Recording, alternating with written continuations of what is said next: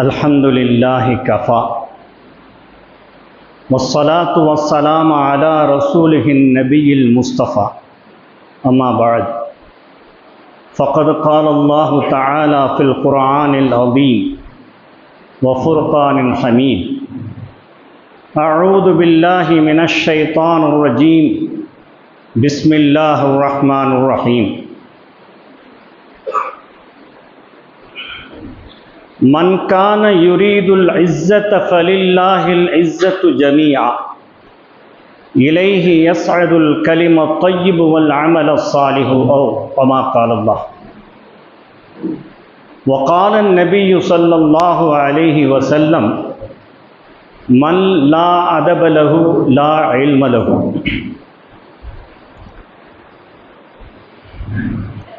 அளவற்ற அருளாளனும் நிகரற்ற அன்புடையவனுமாகிய எல்லாம் வல்ல அல்லாஹுவின் திருப்பெயர் கொண்டு துவக்கம் செய்கின்றேன்.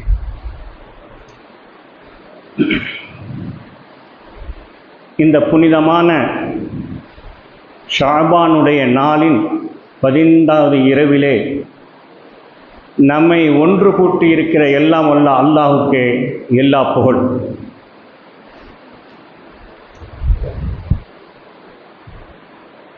அல்லாஹ் அடியார்களை மேம்படுத்துவதற்காக வேண்டி அவர்கள் செய்கின்ற அறியாது புரிகின்ற தவறுகளை திருத்துவதற்காக வேண்டி திருந்துவதற்காக வேண்டி இது போன்ற இரவுகளை அமல்களை கொடுத்து நம்மை சீர்படுத்த செய்கின்றான். அந்த அடிப்படையிலே புனிதமான இரவுகள் வருவதிலே இந்த ஷாபான் முதல் வரவாக வந்திருக்கிறது. மேராஜுக்கு அடுத்தபடியாக இந்த ஷாபானுடைய மாதம். இதில் நல்ல அமல்கள் என்னென்ன செய்யணும், எப்படி செய்யணும், எந்தெந்த மாதிரி இரவுகளை கழிக்கணும் அப்படிங்கிறத கண்ணியத்திற்குரிய நமது இமாம் அவர்கள் சொல்வார்கள். இப்போ உங்களுக்கு மத்தியிலே நான் நிர்வாக ரீதியான சில கருத்துக்களை பரிமாறிக்கொள்ள விரும்புகின்றேன். நான் ஏற்கனவே சொல்லியிருக்கேன், நமது மஸ்ஜித் கடந்த 29 ஆண்டுகளுக்கு முன்பாக நிர்மாணிக்கப்பட்ட ஒரு மஸ்ஜித். இந்த மஸ்ஜிதினுடைய ஆரம்பங்காலம் தொட்டு நிரந்தர வருமானத்துக்கு வழி இல்லாத சூழ்நிலையிலும் அல்லாஹுடைய பேரருளால் பல்வேறு தரப்பட்ட தனவந்தர்கள் கொடுக்கின்ற ஆண்டு சந்தா அல்லது மாத சந்தாவின் அடிப்படையிலே நடந்து வருவது நாம் அனைவரும் அறிந்த ஒன்றே. அவ்வாறு நடத்தி வரக்கூடிய நமது பள்ளி பெண்களுக்கு தராவிஹ் கடந்த ஆண்டிலே நாங்கள் ஏற்பாடு செய்திருந்தோம். அதே போல இன்ஷா அல்லாஹ் வரக்கூடிய ரமலானிலும் பெண்களுக்கென்று தனியாக தராவிஹ் தொழுவதற்கு ராயல் மஹாலில் ஏற்பாடு செய்யப்பட்டிருக்கின்றது. அதை நம்முடைய வீட்டில் உள்ள பெண்மணிகள் தகவல் தந்து அது எந்த நேரம் என்பதை பின்ன ஹஸ்ரத் அவர்கள் அறிவிப்பாங்க. இஷாவுடைய டைமில் ஒரு 8 மணிக்கு பிறகு ஒரு 10 மணி வரையில் வச்சுக்கங்களேன் ஒரு உதாரணத்துக்கு. அந்த நேரங்களில் பெண்களை அனுப்பி அவர்கள் தராவிஹ் ஜமாத்தோடு தொழுவதற்கு அதற்கு ஒரு ஹாஃபிலே நாங்கள் ஏற்பாடு செய்திருக்கிறோம். ஒன்று. ரெண்டாவதாக நாம் நீண்ட காலமாக நம் பள்ளியில் ரமதானுடைய கஞ்சி சிறப்பான முறையில், அதாவது நம்ம பள்ளியில் காட்டக்கூடிய கஞ்சி எப்படின்னு சொன்னால் ஜீரக சம்பா குறுநீயில் செய்யக்கூடிய கஞ்சி. இந்த ஆண்டும் வரக்கூடிய ஆண்டுகளிலும் நாங்கள் ஏற்பாடு செய்திருக்கிறோம். அது நாங்கள் 2 டவரா, அதாவது 2 தேக்குன்னு சொல்கிறோங்களே, அந்த மாதிரி ஏற்பாடு செய்யப்பட்டிருக்கிறது. இன்றைய கால விலைவாசியினுடைய கருத்தை அடிப்படையாக கொண்டு ஒரு டவரா 4000 ரூபா என்று நிர்ணயிக்கப்பட்டிருக்கிறது. 2 டவரான்னா 8000 ரூபா. ஒரு நாளைக்கு இப்போ நமக்கு 2 டவரா கஞ்சி இருந்தால் தான் போதுமானதாக இருக்கும். உங்களுக்கு தெரியும், பல தூரத்தில் இருக்கிறவங்கெல்லாம் நம்ம பள்ளியாசலில் வந்து கஞ்சி தேடி வாங்கி போவாங்க. பார்த்துருப்பீங்க. ஆண்களில் பார்த்தீங்கன்னா ஒரு 100 பேர், பெண்களில் 100, 200 பேர், 300 பேர் டக்குன்னு கஞ்சி வாங்க வருவாங்க. அதே மாதிரி நம்ம இஃப்தாரும் கூட பள்ளிக்கு கீழ்த்தளத்தில் ஏற்பாடு செய்யப்பட்டிருக்கிறது. அது ஒரு 100 பேர் டக்குன்னு வர்றாங்க. ஆக இந்த கஞ்சி வகைக்காக வேண்டியும் இஃப்தாருடைய நோன்பு வேண்டிய வடை பச்சி இதுக்காக வேண்டியும் சேர்த்து தான் இந்த தொகை நான் சொல்லியிருக்கிறேன். 4000 8000 ரூபா 2 டவரா ஒரு நாளைக்கு. வசதி வாய்ப்பு உள்ளவர்கள் 2 டவரா போடுறவங்க போடலாம். இல்லை எங்களால் 1 டவரா தான் வாய்ப்பு இருக்குதுன்னு சொன்னால் அவங்க 4000 ரூபா கொடுத்து ரசீது முறைப்படி பெற்றுக்கொள்ளலாம். உங்களுக்கு ஏற்கனவே சொல்லியிருக்கேன், நம்ம பள்ளியை பொறுத்தவரை ஹலாலான வருவாய் உள்ளது மட்டும்தான் இங்கே பெறப்படுகின்றது. அதை நினைவில் வைத்துக் கொள்ளுங்கள். அடுத்தபடியாக இப்போ நான் ஏற்கனவே சொன்னேன், மஸ்ஜிதினுடைய ஒவ்வொரு நிர்வாக செலவினங்களும் வசூலின் அடிப்படையில், அதை கலெக்ஷன் பேசிஸில் தான் போயிட்டுருக்குது. அல்லாஹ் தஆலா நிரந்தர வருமானத்துக்கு ஹஸரத்தும் துவா கேட்டுட்டு இருக்கிறாரு, நீங்களும் துவா கேட்கணும். இந்த புனிதமான ராத்திரி இப்போ இரவில், யா அல்லாஹ் எங்கள் பள்ளிக்கு நிரந்தர வருமானத்துக்கு வழி செய்து கொடுத்தா மாதம் மாதம் வாடகை வந்துடும், நாங்கள் வாட்டுக்கு நிறைய அழகான முறையில் நிர்வாகத்தை நடத்திட்டு போயிடலாம். ஆனால் இப்போ உள்ள சூழ்நிலை எந்த விதமான நிரந்தர வருமானம் இந்த பள்ளிக்கு இல்லை. ஒன்று கலெக்ஷனில் தான் போயிட்டு இருக்குது. தங்களை இனங்காட்டி கொள்ளாத தனவந்தர்கள், தங்களை வெளியே சொல்ல வேண்டாம்னு சொல்லி மறைவான முறையிலே தங்களுடைய பணங்களை சந்தாக்களை கொடுத்து வந்து இருக்கிறார்கள். இப்போ நான் உங்களுக்கு ஜமாத்தார்களுக்கு வைக்கக்கூடிய கோரிக்கை என்னன்னு சொன்னால், நீங்கள் கடந்த காலத்தில் கொடுத்து வந்துட்டு இருக்கீங்க, அதில் ஒன்றும் குறைவில்லை. ஆனால் இனி வரக்கூடிய காலங்களில் இன்னும் கூடுதலான முறையிலே சந்தாக்களை செலுத்த வேண்டும் என்பதுதான் எங்களுடைய கோரிக்கை. இப்போ நம்ம மஹல்லாவிலே இருக்கிறாங்க, சாதாரணமாக தொழுலாம் வர்றாங்க, மாதத்துக்கு 100 ரூபாயும் வருஷத்துக்கு 300 ரூபாயும் கொடுக்குறாங்க. ஆக இது எங்களால் ஏற்றுக்கொள்ள முடியாத ஒரு சூழ்நிலையில் நாங்கள் தள்ளப்பட்டிருக்கிறோம். காரணம் என்னன்னு சொன்னால், இப்போ வெளியில் வசூலுக்கு நாங்கள் போகும்போது என்ன சொல்கிறார்கள்னு சொன்னால், என்னங்க உங்கள் மஹல்லாவில் எல்லா பெரிய பெரிய தனவான்கள்லாம் இருக்கிறாங்க, நீங்களாம் நினச்சா மஸ்ஜிதை அழகான முறையில் கலெக்ஷன் இல்லாமல் எங்கள்கிட்டலாம் வந்து கலெக்ஷன் பண்ணாத அளவுக்கு செய்ய முடியும்னு சொல்லி சொல்கிறாங்க. அவங்களுடைய சொல்லக்கூடிய வார்த்தை உண்மைதான், அதில் ஒன்றும் தவறில்லை. ஆனால் இப்போ நாங்கள் நிர்வாக ரீதியில் என்ன செய்யணும்னு சொன்னால், ஒவ்வொருத்தரும் அதான் ஒவ்வொரு குடும்பத்தாரும் கண்டிப்பாக பள்ளிவாசலுக்கு சந்தா செலுத்தியே ஆக வேண்டிய ஒரு சூழ்நிலைக்கு நாங்கள் ஏற்பாடு செய்துட்ருக்கோம். அதுக்கு நீங்கள் முழுமையாக ஜமாத்தார்கள் ஒத்துழைக்க வேண்டும் அப்படிங்கிறது தான் என்னுடைய கோரிக்கை. இப்போ இதில் நம்ம சில பேர் என்ன செய்கிறாங்கன்னா, சந்தா கொடுக்குறாங்க, சிலர் கொடுக்க முடியாமல் இருக்கிறாங்க. அப்படிப்பட்டவர்கள் என்ன செய்யலாம்னு சொன்னால், தனக்கு தெரிந்தவங்களை கூட்டிகிட்டு போய், ஜி நீங்கள் வாங்க ஹாஜியார் நிர்வாகத்தில் வாங்க, நீ உங்கள்கிட்ட சொன்னீங்கன்னா அவங்க சந்தாக்கள் கொடுத்துருவாங்க. அப்படி ஏதாவது இருந்தால் கூட நீங்கள் தயவு செய்து எங்களுக்கு உதவி செய்தால் பேருதவியாக இருக்கும். ஏன்னா சந்தா கொடுக்குறவருக்கும் சவாபு, கூட்டிகிட்டு போய் காட்டின உங்களுக்கும் சவாபு தான். ஏன்னா அல்லாஹ் வந்து நிச்சயமாக கண்டு கூலி கொடுப்பான். அதுக்கடுத்து ஒரு முக்கியமான ஒரு தகவலை உங்களுக்கு நான் பதிவு செய்து கொள்ள விரும்புகிறேன். கடந்த 3-4 நாட்களுக்கு முன்பாக மக்தபுடைய ஆண்டு விழா நடந்தது. ரொம்ப சிறப்பான முறையில் அல்லாஹ் தஆலா அமைத்து வைத்திருந்தான். எல்லோரும் பங்கேற்றோம். அந்த பிள்ளைகளுடைய அந்த நிகழ்ச்சிகள்லாம் நம்ம நெகிழ செய்து விட்டது. ஒவ்வொருத்தரும் ஒவ்வொரு டாப்பிக்கில் பேசுகிறாங்க. அவ்வாறு பேசப்பட்ட அந்த மக்தப் மதரசாவை நிர்வாகத்தில் மற்ற ஜமாத்தார்களுடைய ஆலோசனையின் அடிப்படையில் வரக்கூடிய ரமலானுக்கு பின்பாக மக்தபோடு சேர்ந்து கோச்சிங்கும் கொடுப்பதற்கு நாங்கள் ஏற்பாடு பண்ணியிருக்கோம். அதாவது அசரிலிருந்து காலையுடைய பாடம் வந்து அது தனி, காலை 6:30 7:30 மணி வரையிலும் மக்தப் கிளாஸ் நடந்துக்கிட்டு இருக்குது, இது யூஸ்வல். மாலையில் அசரிலிருந்து மகரீப் வரையிலும் மக்தபும், மகரீபுக்கு பிறகு இஷா வரையிலும் பாடம் அவங்க ஸ்கூலில் படிக்கிறாங்க பாருங்க, அந்த கோச்சிங்கும் நாங்கள் கூடுதலாக செய்து கொடுப்பதற்கு ஏற்பாடு செய்திருக்கிறோம். இதற்கென்று பட்டதாரி ஆசிரியர்களை நியமிக்குவதற்கும் தயாராக இருக்கின்றோம். அதனால உங்களை நான் கேட்டுக்கொள்வது என்னவென்றால், பிள்ளைகளை ஏற்கனவே இருந்துட்டு இருக்க பிள்ளைகள் அல்லாமல் மேற்கொண்டு எல்லா பிள்ளைகளையும் நீங்கள் சேர்த்து அந்த பிள்ளைகளை ஒரு நல்ல ஒழுக்க சீலர்களாக மாற்ற வேண்டும். இது ஒரு நல்ல சந்தர்ப்பம் நாங்கள் ஏற்படுத்தி இருக்கிறோம். ஏன்னா நம்ம மஹல்லாவை பொறுத்தவரை வருங்காலத்திலே ஒரு முன்மாதிரியான மஹல்லாவாக திகழ வேண்டும் என்பதுதான் எங்களுடைய நோக்கம். ஆகையினால இன்ஷா அல்லாஹ் ரமதானுக்கு பின்பாக மக்தப் வகுப்போடு சேர்ந்து, இப்போ உதாரணத்துக்கு காலை 6:30 7:30 வரையிலும் ஒரு பாடம் நடந்துகிட்டு இருக்கு, அதில் வரக்கூடிய மாணவர்கள் ஓதிக்கிட்டு இருக்கிறாங்க. மாலையில் அசர்லேருந்து மகரீப் வரையிலும் மக்தப் நடந்துக்கிட்டு இருக்கு. மகரீபிலிருந்து இஷா வரையிலும் அவர்களுடைய ஸ்கூல் பாடத்திட்டங்கள் சம்பந்தமான பயிற்சிக்கான ஏற்பாடு நாங்கள் கோச்சிங் கொடுப்பதற்கு ஏற்பாடு செய்திருக்கோம். பிள்ளைகளை நீங்கள் தாராளமாக அனுப்பிச்சு வச்சா பிள்ளைங்க அவங்களுடைய ஸ்கூல் சம்பந்தமான படிப்புகளையும் முறையாக எடுத்துக்கொள்வார்கள், மக்தபிலும் தேடி விடுவார்கள். சரிங்களா? அடுத்து இப்போ மக்தபு கீழே நாம் இதுவரையிலே மேலே மஸ்ஜிதில் நடத்திக்கிட்டு இருக்கிறோம். இப்போ நாங்கள் எங்களுடைய இதை என்னென்னு சொன்னால், கீழ்த்தளத்திலே மக்தபை நாங்கள் அதிகமாக தொடர்றதுக்கு முடிவு செய்திருக்கிறோம். கீழ்த்தளம் பள்ளிவாசல் இருக்குது, அந்த கீழ்த்தளத்திலே மக்தபுக்கான ஒரு ஏற்பாடுகள் விரிவாக்கம் செய்வதற்கு நாங்கள் முடிவு செய்திருக்கிறோம். அதில் சில ரிப்பேர் வேலையெல்லாம் நாங்கள் பார்க்க வேண்டி இருக்குது. ஏன்னா இப்போ அங்கே ஏற்கனவே பார்த்தீங்கன்னா கீழ்த்தளம், இப்போ நான் ஏற்கனவே சொன்னேன் 29 வருஷம் ஆச்சு இந்த பள்ளிவாசல் கட்டி.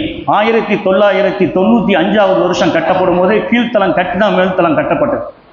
அந்த கீழ்த்தளத்திலே விண்டோஸ், அதாவது ஜன்னல்கள் எல்லாம் பார்த்தீங்கன்னா தகரத்தில் இருக்குது. இப்போ நாம் மாணவர்களுக்கு பாடங்கள் கீழே வந்து சொல்லிக் கொடுக்கும்போது அதைகள் எல்லாத்தையும் ரிமூவ் செய்துட்டு யூபிவிசி ப்ரொவிஷன் பண்ணி ஃபேன் ஏற்பாடு பண்ணி மற்ற இன்னும் அதற்கு வேண்டிய சின்ன சின்ன வேலைகள்லாம் செய்வதற்கென்று நிதி எங்களுக்கு தேவைப்படுகின்றது.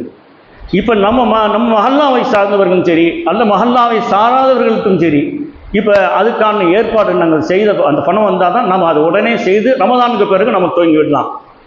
இப்போ சமீபத்தில் நாங்கள் ஒரு கணக்கீடு எடுத்து பார்த்தோம், எவ்வளோ செலவாகுது என்ன ஏது அப்படின்னு சொல்லும்போது ஏறக்குறைய ஒரு 1.5 to 1.5 லட்ச ரூபா வருது. எல்லாத்துக்கும் யூபிவிசி போட்டு கண்ணாடி டோர் போடணும். அது மட்டும் இல்லை, அங்கே கீழே கொசு வராமல் இருக்க கொசுவலையும் சேர்ந்து நாங்கள் செய்ய வேண்டியிருக்கு. அதான் அதுக்கான அந்த ப்ரொவிஷனும் கொடுக்கணும். ஆக இதையும் நான் முன்வைத்து விட்டேன் ஜமாத்தார்கள் மத்தியிலே. நீங்கள் இன்ஷா அல்லாஹ் ஒன்று உங்களுடைய குடும்பத்தில் அல்ல பெரியவங்களை அல்ல மற்றவங்களுக்கு சார்ந்தவர்களை இந்த முறையாக அதுக்கு எவ்வளவு உங்களால் முடியுமோ நீங்கள் கொடுத்து ஆஃபீஸில் ரசீது பெற்றுக்கொள்ளலாம்.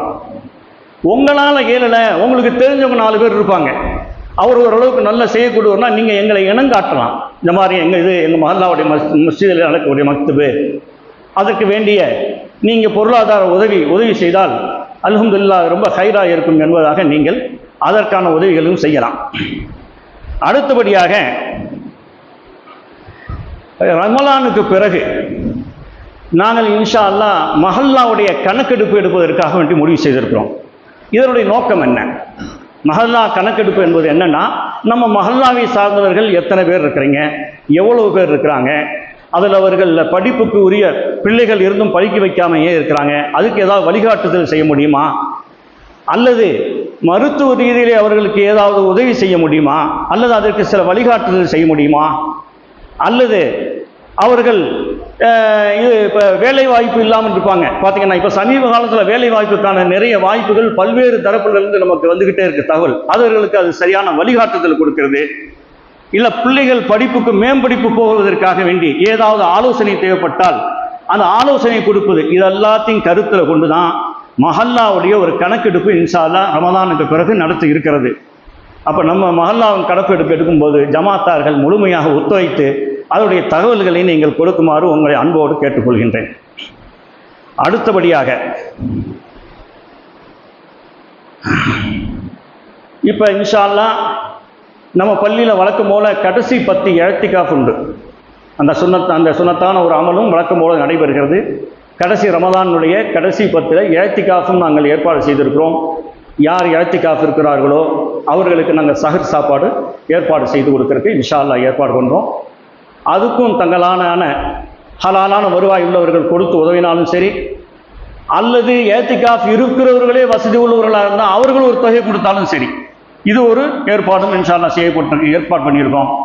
இதில் எங்களுடைய முக்கிய கோரிக்கை என்னன்னா, நம்முடைய ஒவ்வொரு அமல்களும் அல்லாஹ்வுக்கு பொருந்தக்கூடிய அமலாக இருக்க வேண்டும். நான் ஒரு குர்ஆன் ஆயத்தை முதல்ல ஓதி காட்டினேன். மன்கான யுரீதுல் இஸ்ஸத ஃபலில்லாஹில் இஸ்ஸத்து ஜமீஆ இலைஹி யஸ்அதுல் கலிமத் தய்யிபு வல் அமலுஸ் சாலிஹ்.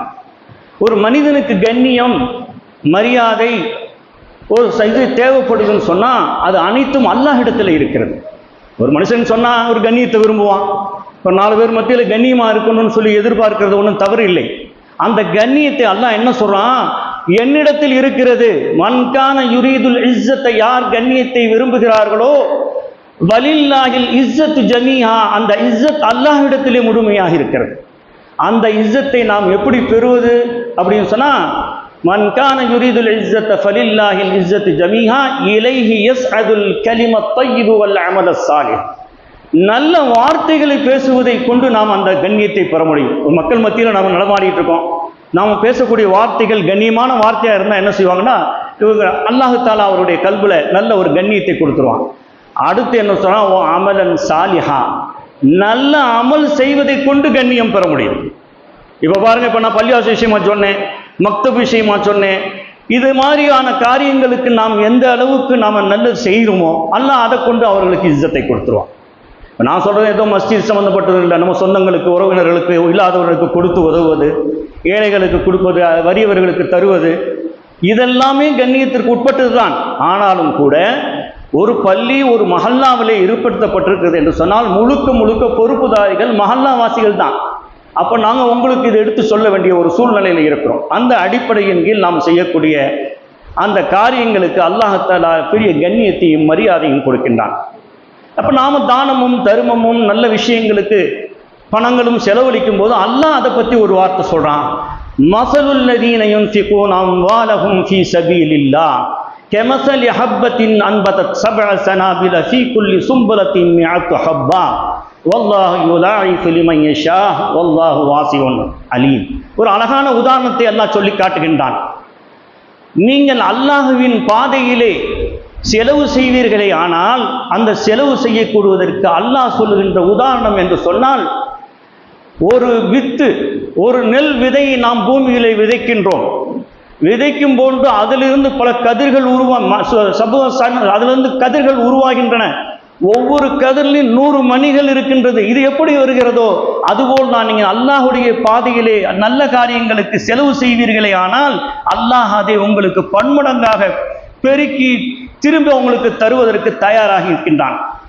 ஆகையினால நாம் எவ்வளவு தூரம் நற்காரியங்களை செய்கின்றோமோ அந்த அளவுக்கு அல்லாஹாலா நமக்கு கண்ணியத்தையும் மரியாதையும் கொடுப்பான். அதோடு அல்லாஹாலா இன்னொரு இடத்திலே சொல்லுகின்றான், அல்லதீன யுன்ஃபிகூன அம்வாலஹும் ஃபீ ஸபீலில்லாஹ். அது சொல்லி அடுத்த இன்னொரு ஆயத்தில் சொல்றான், யா அய்யுஹல்லதீன ஆமனு லா துல்ஹிக்கும் அம்வாலுக்கும் வலா அவுலாதுக்கும் அன் ஸிக்ரில்லாஹ் வமன் யஃஅல் ذلك فأولئك هم الخاسرون وأنفقوا مما رزقناكم من قبل أن يأتي أحدكم الموت.